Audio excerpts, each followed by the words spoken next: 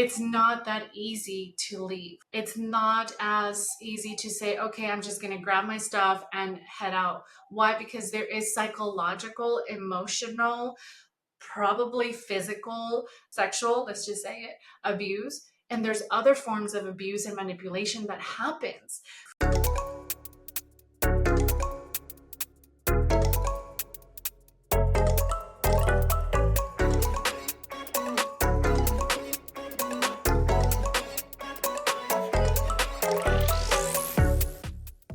Hola, everybody. Welcome to another episode of the Heal and Manifest podcast.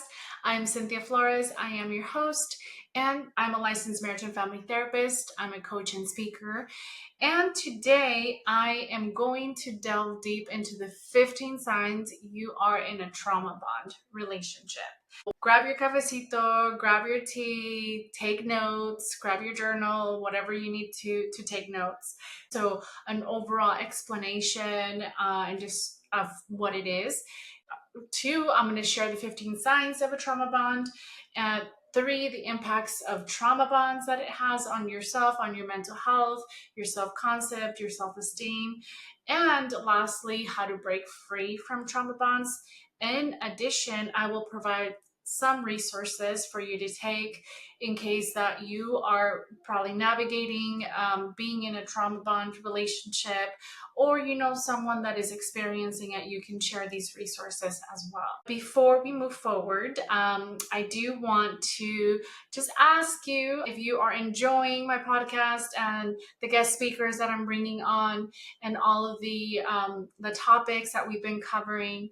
Don't forget to follow, subscribe, and to leave a review on Spotify. So this podcast, the Heal and Manifest podcast, is on YouTube and on Spotify.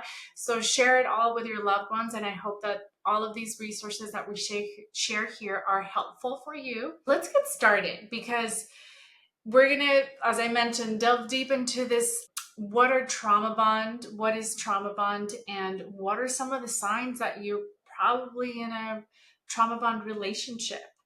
So you're probably asking yourself, what is a trauma bond, right? And a trauma bond is a relationship that is unhealthy, toxic, dysfunctional, where there's a dysfunctional attachment that forms between two people, often in situations where one partner is abusive and manipulative. And this bond is created through repeated cycles of mistreatment, followed by positive reinforcement, like affection, followed with apologies, followed with love bombing, really making it difficult for the victim to break free. And what's important is that as I speak more about the signs, I'm also going to talk about the negative impact that it has on you. So when it comes to understanding trauma bonds, it's really marked by an intense emotional highs and lows, where it can be very much confusing. It can feel very intense at times, but then later on you might feel very much confused of the inconsistency of maybe the person's behavior, where even to the point where you might feel responsible for the abuser's actions. In a trauma bond, the victim typically may find themselves defending the other person, justifying their toxic behaviors, their dysfunctional behaviors, making excuses, because there's this intense sense of loyalty, right, from the person that is causing the pain. These trauma bonds can be very much reinforced through our cultura, our limiting beliefs, right? The beliefs that we grow up about love and relationships. It can also be impacted by family dynamics. It can be reinforced and impacted by society expectations of what relationships should look, or how relationships should be. So I think these are also important things to really consider when you are navigating a relationship, where maybe you're at a point right now where you're questioning, you're asking yourself, well, this is clearly not healthy. This is a toxic relationship dynamic, but I'm not sure what to do about it because I clearly love this person. It's hard for you to see yourself outside of that relationship. Maybe there's limiting beliefs of, I'm never going to find anyone. I'm never going to find someone that loves me the way that they love me. And that is another manipulative tactic that I do see a lot. It's like the person that is, say, the perpetrator often says, well, you're never going to find anyone like me. When the reality is, of course, you don't want to find someone like that person who is, dysfunctional, toxic, and is plain abusive. So when it comes to just navigating trauma bonds, what's important is that you're aware of these dynamics and that you're able to seek out for support. Of course, I will talk a little bit more about, what are the things that you can do to break free. But I think number one is being aware. Even though you're at a point in your life and your relationship where you're perhaps not ready to leave, I know that there's situations where either you're married or you have children, and it just becomes, there's many barriers, there's many challenges to leave the relationship. And there might be people in your life that are telling you, hey, well, if you know that this person maybe has been cheating on you, or this person is abusive, then why don't you leave? There's all of these questions, right, from the external world, say from family members that genuinely want to help, but we do know that those comments are not going to be helpful. Because when you are in a trauma bond, you have to understand that it's not that easy to leave. It's not as easy to say, okay, I'm just going to grab my stuff and head out.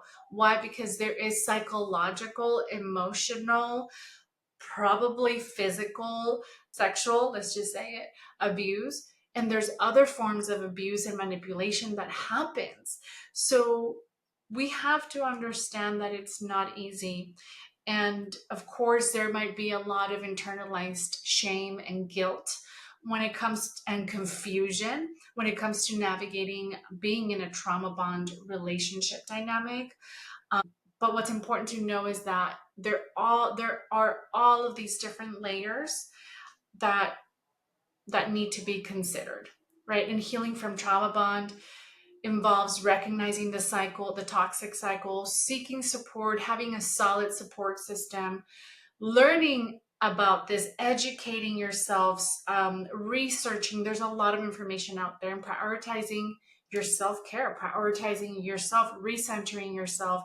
Of course, it does involve embarking in your healing journey and understanding, why am I possibly attracting the same kind of people?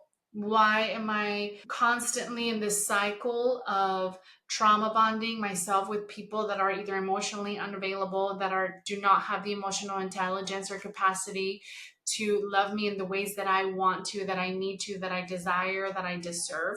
So of course there's going to be that is going to become a cycle, a pattern. So it is going to require you to embark in your healing journey, seeking professional help, like me, someone like a licensed marriage and family therapist, someone that specializes in trauma. Because what's important to know and understand is that we know that our experiences, our individual unique experiences, are the adversities that we live throughout our life, either in adulthood or in our childhood, they are going to significantly impact in the ways that we relate to others and why we choose certain people.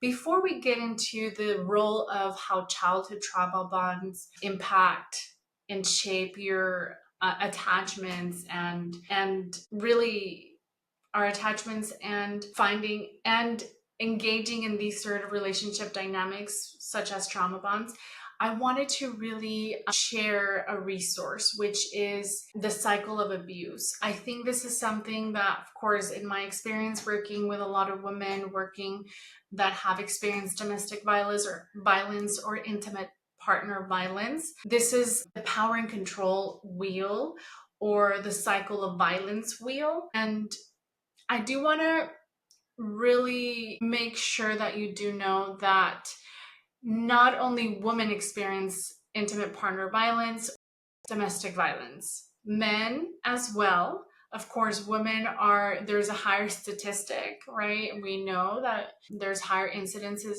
of women experiencing intimate partner violence, but men also experience it. And you know what? This domestic violence or intimate partner violence, or trauma bond, it affects absolutely everyone. It doesn't matter your gender, it doesn't matter your class or your socioeconomic status, it doesn't matter your sexuality or your sexual orientation or identity. It affects everyone. So that's something that I really want to put out there, and I want to just normalize, validate, acknowledge, name it, because this is real, and these are things that people experience. But going on to the power and control wheel, which I will put up on my YouTube as a graph, I want to really briefly review it. What is this? The power and control wheel really emphasizes the cycle of violence, and it talks a little bit of how trauma bonds kind of is reinforced in the relationship dynamics. But let's start with how it usually starts, right? It's is typically using emotional abuse, right? By putting down the person, right? Making them feel bad. There's a lot of guilt tripping. There's a lot of name calling. There's a lot of gaslighting, like saying you're crazy, you're dumb, you're stupid. There's a lot of humiliation. So, as I mentioned, guilt tripping. The other aspect of how trauma bonding is reinforced, or the cycle of abuse or power and control, it is using isolation, is isolating from your support system, isolating you from friends, family, even work, right? I think this is something that we don't talk a lot about, but it does happen. And just limiting any external access, right? The other one is minimizing, denying, and blaming. As I mentioned, a lot of gaslighting, really not taking it seriously, deflecting, not really taking ownership and responsibility. Another one is using children, right? Another aspect of this power and control when it comes to trauma bonding and intimate partner violence is using children, putting them in the middle, right? And we do know that children are very smart, very intelligent. They are aware. You might be hiding it, you might want to hide it from them, but they know what is happening. They may not have the words, but they are aware. So, of course, using children to guilt trip, to manipulate, to control, to use their excessive power over youth, threatening, right, that they will take the children, etc. The other one, of course, is using male privilege. We do know that happens, right? We living in this patriarchal society. I do think that this is not about criticizing men, but it does happen a lot. And I do have to say that women do engage in a lot of these manipulative tactics. As I mentioned, this is not about, polarizing, creating more division, like men do this and women don't. No, this is about understanding that this is real for a lot of people, right? So, but that is actually one of it that is included in the power and control wheel. That, yeah, when it comes to using male privilege, we understand that there is a lot of inequality in that, especially when it comes to moving to the next one, financial abuse, right? Using economic abuse and control and power, wanting to maintain either children, wanting to, preventing them from getting a job, making more money, right? Or taking the money, or not giving them access to money, and not giving them access to the family income.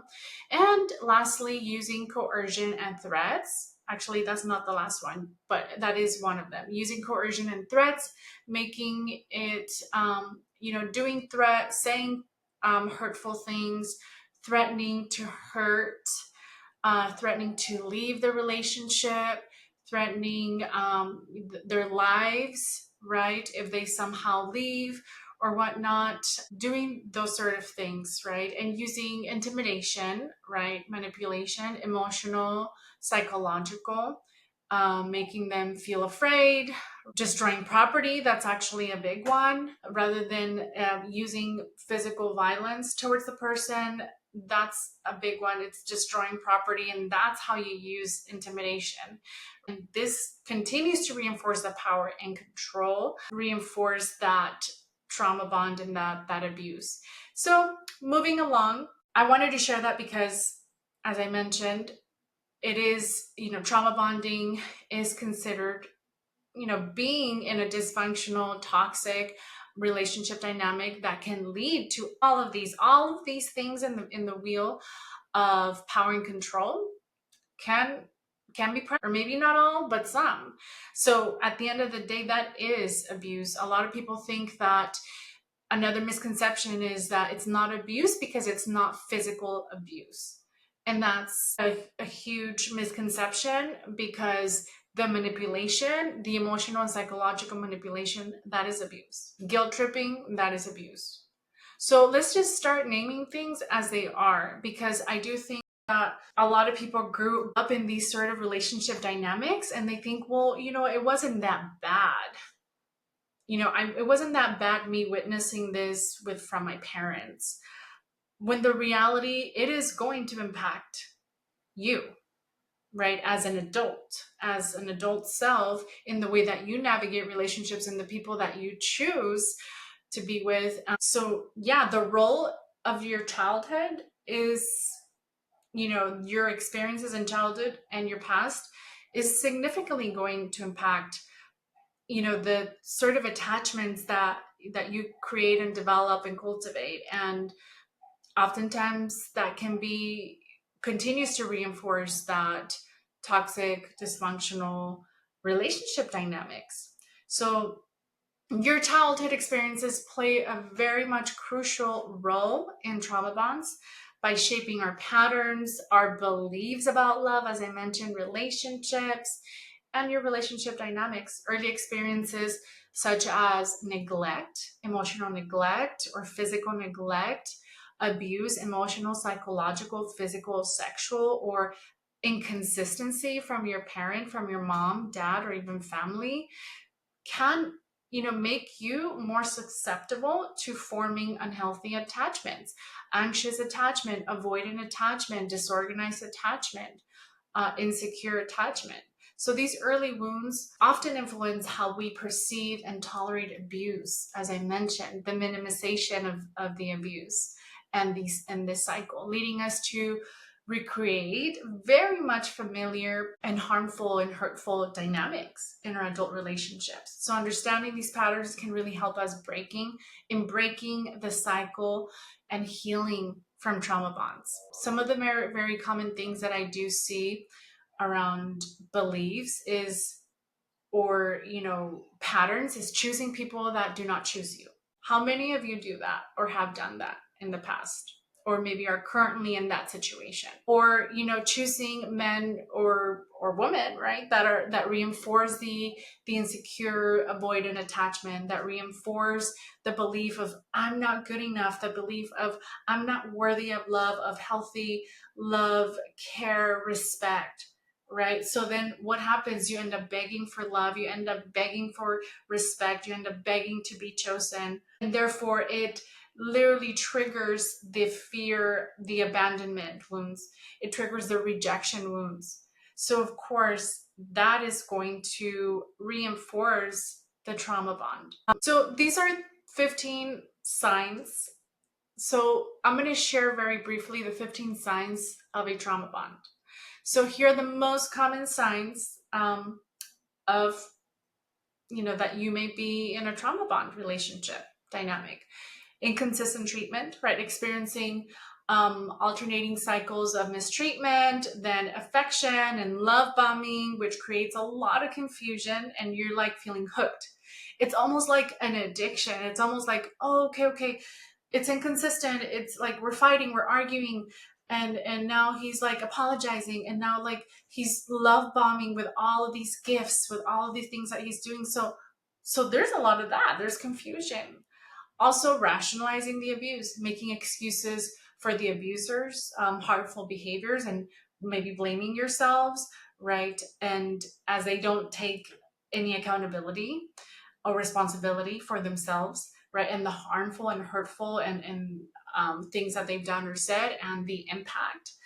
Another one is feeling trapped, believing that leaving the relationship is impossible, that you're going to be alone, that you're never going to find anyone better than them, despite you going through this abusive cycle. Okay. Next is intense emotional highs and lows. Being caught in this pattern of, you're very good. You're like in this, fantasy love. And then next day it's like all at the same, very low. There's a lot of argument. There's a lot of name calling. Again, going back to the wheel of power and control, right? The cycle of abuse. And the other one is over justifying the relationship, right? Defending the person, defending them, or maybe even not sharing anything with your family members because they're going to talk smack. They're not going to say anything positive because you want to defend it and because it's really hard for you to accept the reality, accept the truth, and accept that this is what is, which is abuse. Okay. Another one is isolation, pulling yourself, isolating yourself from friends, family, support networks that perhaps are telling you, hey, red flags here. This person's not for you. This person is XYZ, or that person is like, the perpetrator is isolating you intentionally, unintentionally, conscious or subconscious. Usually isn't very, very much intentional, but they isolate you. Another one is extreme guilt, extreme shame, and self-blame. Feeling responsible for the abuser's actions, believing that you somehow deserve it. You somehow deserve it, because why? We come back to this reinforcement of the beliefs, because their actions are going to continue reinforcing these negative beliefs. Next is, as I mentioned, confusion about how you're feeling. There's a lot of back and forth, right?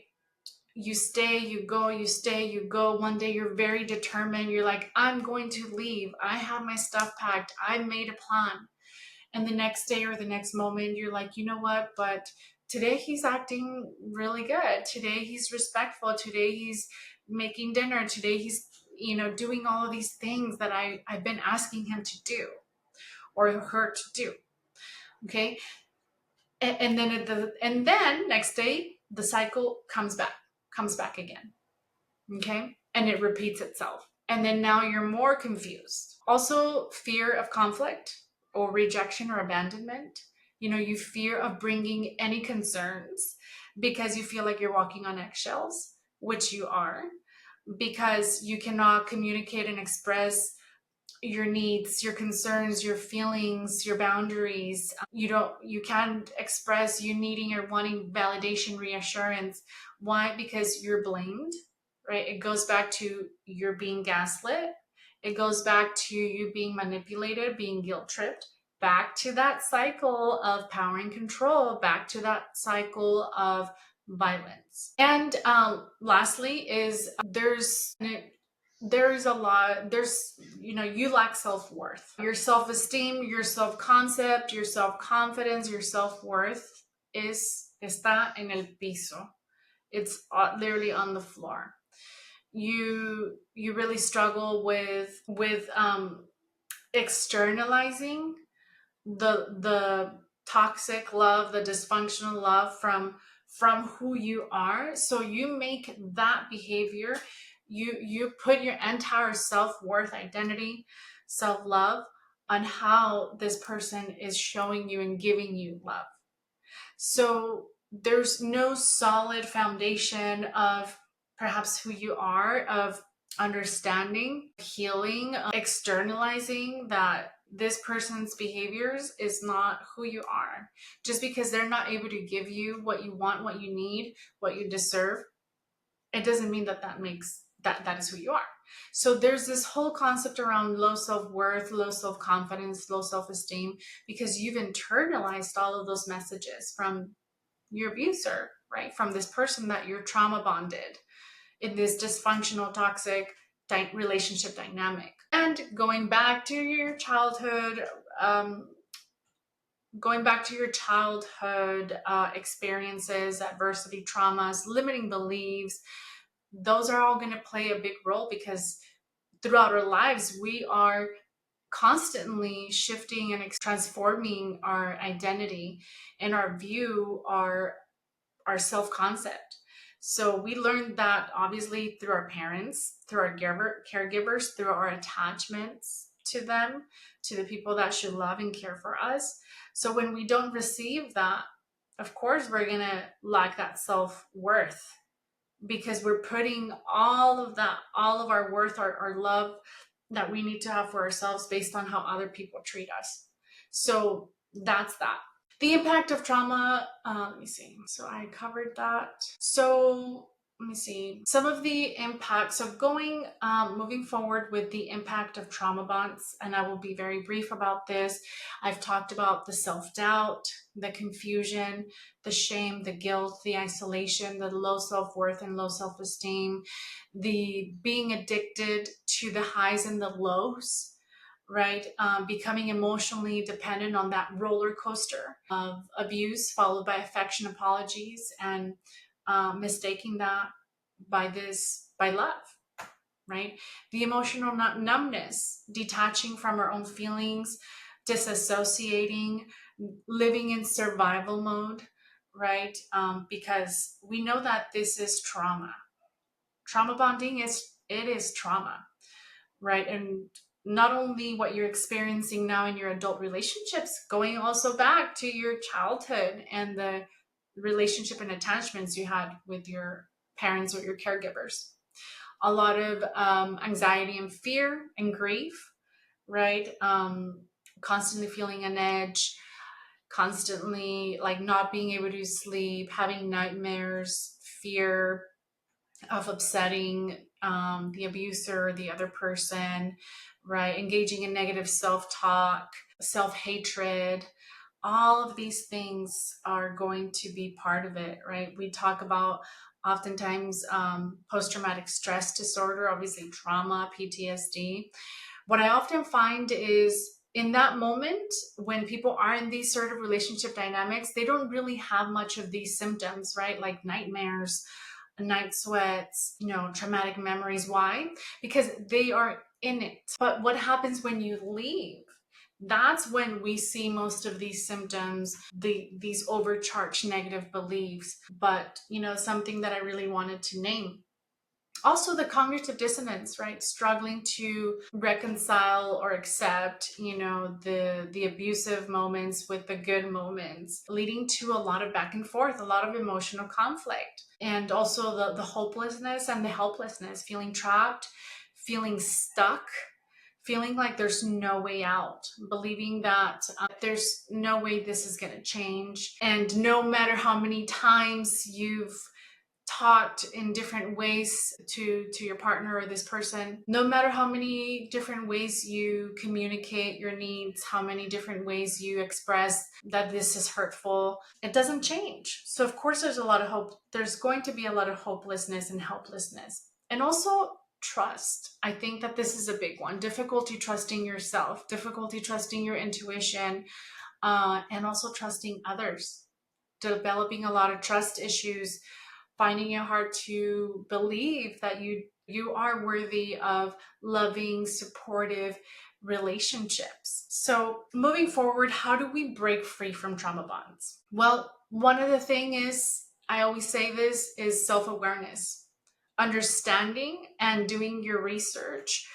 And if there's something, this voice in you, like there's something wrong here, I'm so confused, I'm so lost, know that there are resources out there, either online, on social media, on Google, wherever, where you can read more about it. And as I mentioned, that self-awareness and recognizing this is what I'm going through, this is what I'm experiencing, these are all the signs that I realize I've been going through. That's how we start breaking this cycle, breaking this toxic cycle of trauma bonds, breaking free. Acknowledge that this is a trauma bond. Okay. That's number 2.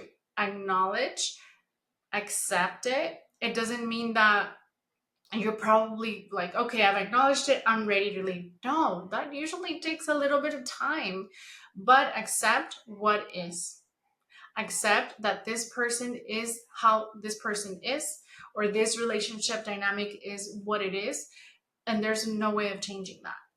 So accepting the fact, right? And the other one is seeking support. Really holding tight on your community, your support network, either a therapist, a licensed professional like me, or others that are specialized in trauma relationships, to really guide you and help you to process your feelings, to understand, to identify, to explore. And the other one is set boundaries.